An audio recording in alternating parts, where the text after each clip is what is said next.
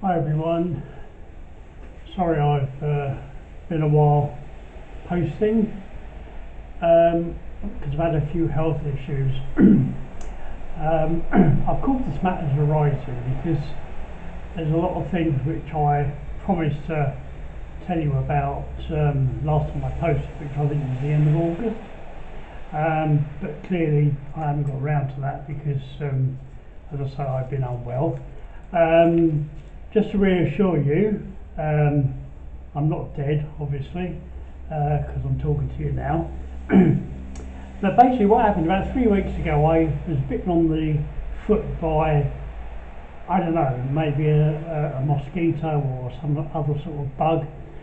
And then about a week later, my foot literally swelled up, and then it started creeping up my leg. And in the end, I basically couldn't walk.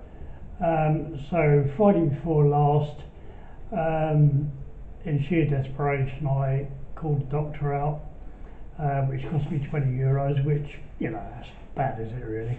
And a very nice lady, and she said to me, well, you know, I think you may have to go into hospital and have IV antibiotics, because it turned out apparently that my infection was starting to spread up my leg, and had basically started to give me cellulitis. But you know, she gave me a stay of execution, which was nice, and prescribed me some mega painkillers. I mean, I was absolutely knocked out for about 3 or 4 days. Felt no pain, as they say.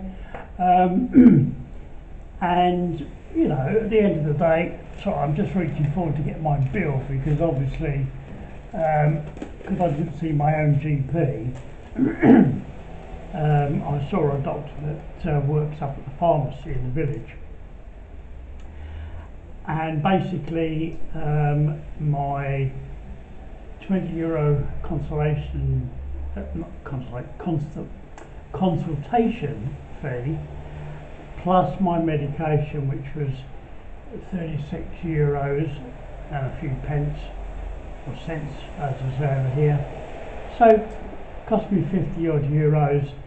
Then I had to get a taxi from the apartment to the pharmacy, return, and the guy was a nice enough guy. He waited for me. He couldn't understand much English, but you know, it's not an issue. He knew where I wanted to go, as I told him, etc., etc. So that cost me another €8.50. So you know, all in all, about €60 for the whole treatment, which was, I don't know, it's about 58 quid, I suppose, in the UK. Having said that, the medication, it took a while to kick in, if I'm honest, but you know, it did start to ease the problem,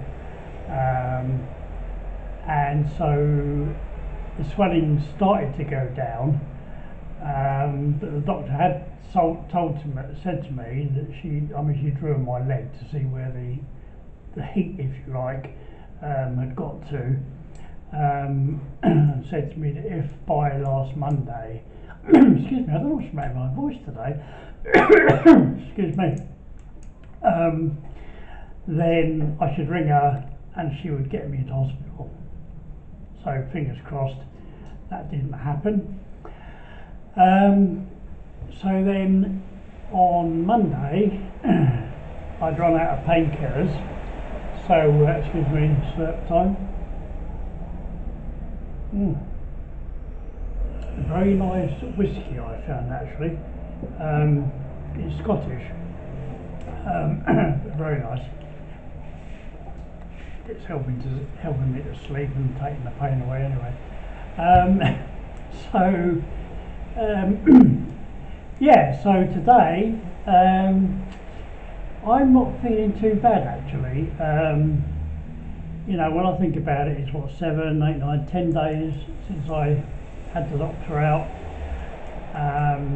and I still have a bit of an issue if I sit too long when I get up. It takes me a bit of a while to get going on my foot, but once I'm going, that's okay. So that brings you up to date as far as health is concerned.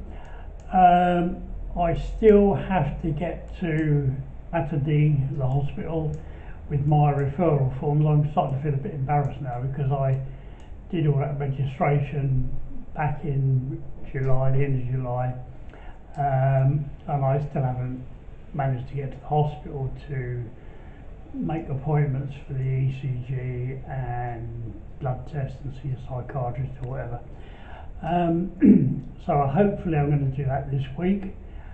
Also, I've got to get down at some point to the offices of Identity Malta, so I can register for residency. Again, I've got stacks of forms to fill in, but to be honest with you, I just haven't. No, I can't say I haven't had time to do it. I just can't get motivated to do it. But I need to do that. I mean, as I think I said in an earlier video, I've got to register for voting in the EU elections.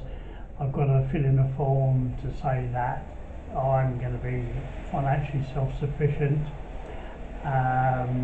and all other bits and bobs. I've got to get photos done for an ID card, etc. Having said that, you may remember I was banging on a couple of videos ago about having to go to the post office to pick up a couple of parcels. Well, the good news is one of them was my Talindra card, which is the bus card, which lets me go on the bus just by swiping the card by the bus driver. Having said that, I haven't used it yet because I've not been able to walk. And the other thing, as I correctly thought, was the replacement charger for my lap book. So I'm up and running now. I've got my lap book running, I've got my main laptop running, so at the moment everything in the world seems sweet. Right, the other thing I think I was talking about was whether I was going to be any better off living here based on the spreadsheets that I was doing before I came here. Well, I've actually done all that now, and believe it or not, we work it out now. That's right. I'm actually going to be. I mean, I've done it two ways. I've converted my UK income, my Maltese expenditure, which I've converted back to Great British pounds, and I've done every permutation there probably is to do with these numbers. I don't know, a lot of the cynics amongst you will say, well, you can do anything with numbers, but I think I haven't lied on this one. I've done it pretty straight, and it works out that over a year I'll be just over, not just over, I shall be about £700 UK pounds a year better off living here than I would have been in the UK. So that was encouraging.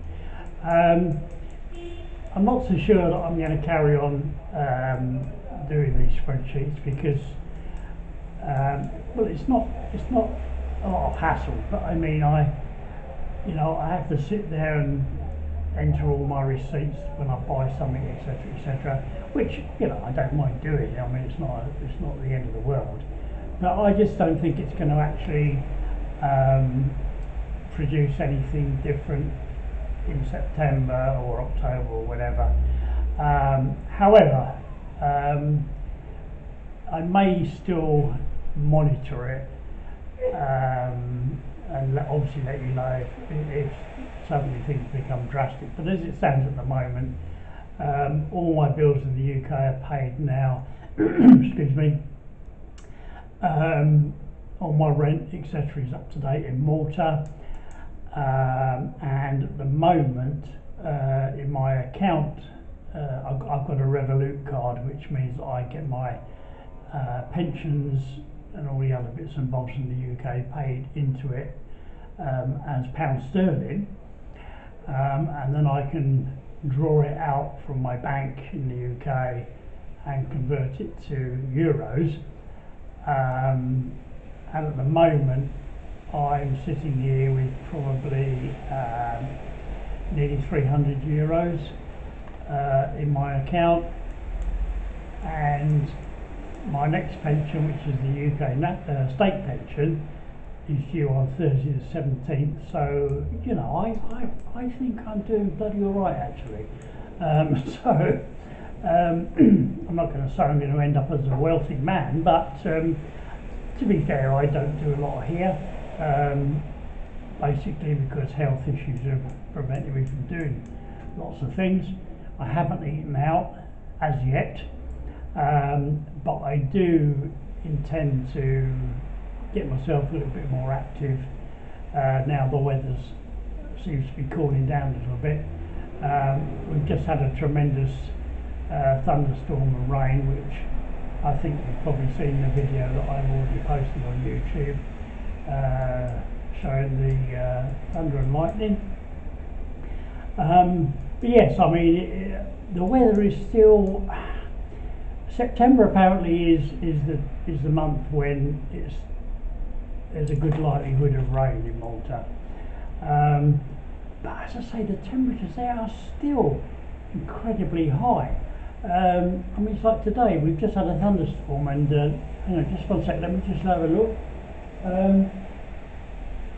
And we're still like on 26, 27 degrees. Okay, I think you're getting a bit of a heat wave in the UK at the moment, or about to get one. But again, at night, it's dropped a little bit now at night. I mean, it was constantly sort of around about 26 Celsius, but now it's about 24, which by all intents and purposes is still pretty warm. So there you go. Right, what else can I tell you? Oh yes, I've got this wonderful app which, in fact I've lost my phone. I've put my phone somewhere. Oh, here we go. Excuse my bosoms, if you can see them. And it's sunrise and sunset times. Now, you know, most people are going to think, oh, that's pretty boring. But interestingly, I mean, I've got the sunrise and sunset times for Malta here on my phone app, and also on Hayling Island, where some of you may or may not know that's where I originally was before I came out here in July. And today in Malta, these are all local times, remember. I'm not making anything up, this is all local times, so I'm going to give you the time in Malta and the time in the UK. So today in Malta, sunrise was at 6:44 AM. In Hayling Island it was 6:37 AM. So, you know, you guys in Hayling aren't that far behind me. Sunset today in Malta is 19:12, and in Hayling Island sunset today is 19:21. So I've actually looked at some sunrise sunset tables, and when we get to the shortest day of the year, which I believe is the 21st of December, where I am, I will have an earlier sunrise than the UK and a later sunset than the UK. So I'm quite pleased about that, because that's one thing I have to say I did find got me down a bit in the UK. I mean, I always used to get, when I say depressed, I don't mean actually medically depressed, but you know, once we'd had the last night of the proms, in my mind you know, we're going downhill, aren't we, rapidly? And I hated the winter with a vengeance in the UK. I couldn't wait until the clocks went forward again in March. And of course the clocks do change in Malta as well. They go back in October and again forward in March. But as I say, at the moment, and I think we always will be, we are 1 hour ahead of the UK. There was something else that I was going to tell you. Oh yes, I now do my shopping. I have it delivered, which sounds a bit pretentious, but it's okay. I mean, there's a wonderful shop called Value, or a supermarket actually, called Value, which they will deliver. You have to order over €75 worth of food, otherwise you pay a €5 delivery charge. I have to pay an extra €5 anyway because I'm not on, or I'm on the second floor. I don't have a lift, so the poor guy, or well, I assume it's guys only, I don't know, I've not seen a woman deliver yet. They have to carry all the stuff up to the second floor where I am, which I don't mind paying for that. And amazingly, they all do it. They do it on one go. Unlike Tesco or other famous delivery grocers, they don't have a trolley. They have it all in big plastic bags, and literally they pick it up from the front door and literally carry it up in one go. Fantastic. Yeah, and I'm not being funny. I mean, I spend 78, 80 odd euros on shopping deliveries, and I certainly couldn't carry it all up in one go, but there you go. So that's good stuff. Okay guys, well, I don't think there's anything much else that I can tell you at the moment. As I say, the foot is continuing to improve. Next week, or tomorrow, which is Monday, I may try and get to the hospital to get my forms handed in. I may try to get to Identity Malta to try and sort the residency out. I may even go to the doctor in Moscow to see if they can check up on my foot and leg, just to make sure everything's coming along nicely. One thing I have noticed over here is that over-the-counter medicines are very expensive compared to the UK. I mean, I bought the other day a pack of 30 anti-inflammatories, which were basically ibuprofen, but they were called something different. And they were something like, hang on a minute, I have a bill somewhere.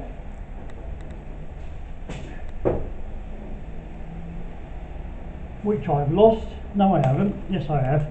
I think I've had my window open, it's blown away. But they were something like about €9, which, you know, in UK terms, well, best of the world, let's say £8. That's a lot of money for 30 tablets. So I think it's one of these jobs where if you go to your GP where you're registered, I mean, I say I only had to pay for the doctor because it wasn't my own doctor. I could have travelled to the health centre, got all my medication for nothing, but because I was in such pain I couldn't walk, then obviously I had to take the second best option. But as I say, yes, I mean, things over the counter are expensive here, and you can't, well, that's the only place rather that you can buy stuff. Unlike the UK, you know, you can't go into your supermarket or wherever, your garage, and pick up some paracetamol or ibuprofen or whatever. You have to go to a pharmacy. I mean, over here, there is no other way that you can buy medication. Okay, I've got my dinner cooking now, because over here it's what, 2:30 in the afternoon on Sunday. I'm cooking myself some chicken thighs with broccoli and a nice thick onion gravy. So hopefully that will go down a treat. If there's anything you want to ask me, by the way, I was just thinking, you know, communicate with me. I mean, I'm not saying that because I'm lonely, but if there's any questions you want to ask me about anything over here in Malta, then you can email me, which is all lowercase, livinglifeinmalta@gmail.com, and I promise you I'll reply to you instantly if necessary. In fact, I've had one person from the UK actually a couple of weeks ago asking me, things like they're thinking of coming over here in March next year, and where they were staying, and I said, oh, well, I know the hotel because it's where I used to stay when I visited. Asked me about the weather. To be fair, I'm hands up, I'm no expert on Malta, but surprisingly, I'm amazed that I actually know more than I think I know. And I've also recently signed up for a what they call a 17-minute language course, which I've done one day at the moment, which is about 17 minutes. It seems okay. It only gives you the basic words, but it's a clever system. I won't go into it. So hopefully I'm going to start to be able to communicate a little bit with the local people in Maltese, even though of course they do speak very good English. So yes, as I say, if you want to contact me, email me at livinglifeinmalta@gmail.com, and I'll do my best to answer any questions you might have. In the meantime, guys, I hope you're keeping well. I am now, hopefully, fingers crossed. So I'll speak to you soon. So take care, look after yourselves. Bye for now.